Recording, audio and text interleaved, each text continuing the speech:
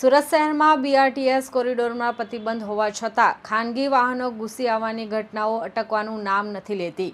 રવિવારે બપોરે જહાંગીરપુરાથી અલથાણ જતી બસને કૈલાસનગર પાસે અકસ્માત નડ્યો હતો, જેમાં રોંગ સાઈડમાં ઘસી આવેલા ટેમ્પોએ બસને ટક્કર મારતા બસના આગળના ભાગના કાચના કુરચા ઉડી ગયા હતા। આ સમગ્ર ઘટનાના સીસીટીવી ફૂટેજ હવે સામે આવ્યા છે, જે ચાલકની ગંભીર બેદરકારીની સાક્ષી પૂરે છે।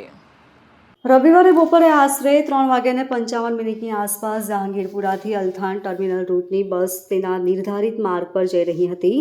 ડ્રાઈવર શંકરલાલ જાટ જ્યારે બસ લઈને કૈલાસનગર બીઆરટીએસ રેલિંગ પાસે પહોંચ્યા ત્યારે અચાનક સામેથી એક ટેમ્પો કોરિડોરની અંદર ઘૂસી આવ્યો હતો। ટેમ્પો ચાલકે સ્ટીયરિંગ પરથી કાબુ ગુમાવતા બસના જમણી બાજુના આગળના ભાગે જોરદાર ટક્કર મારી હતી।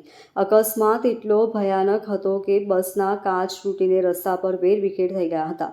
ઘટના બાદ તરત જ અકસ્માત સુપરવાઇઝર અને રૂટ સુપરવાઇઝર ઘટના સ્થળે દોડી આવ્યા હતા। તંત્ર દ્વારા આસપાસના સીસીટીવી કેમેરા ચેક કરવામાં આવતા સ્પષ્ટ થયું હતું કે ભૂલ ટેમ્પો ચાલકની જ હતી। વિડીયોમાં જોઈ શકાય છે કે પ્રતિબંધિત રૂટ હોવા છતાં ટેમ્પો ચાલક પૂર ઝડપે રોંગ સાઈડમાં આવી રહ્યો હતો। આ ફૂટેજને આધારે હવે આગળની તપાસ હાથ ધરવામાં આવી છે। સદનસીબે અકસ્માતમાં કોઈ મોટી જાનહાનિ થઈ નથી, પરંતુ બસને મોટું નુકસાન થયું છે।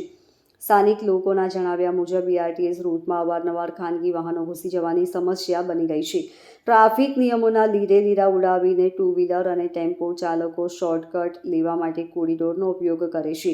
આ અગાઉ પણ આવા અનેક કિસ્સાઓ બન્યા છે, જેમાં નિર્દોષ મુસાફરોએ જીવ ગુમાવ્યો હોય અથવા ઈજાગ્રસ્ત થયા હોય। કૈલાસનગર વિસ્તારમાં રેલિંગ હોવા છતાં ચાલકો જોખમી રીતે વાહનો હંકાવી રહ્યા છે। Bureau report LK star news, Surat.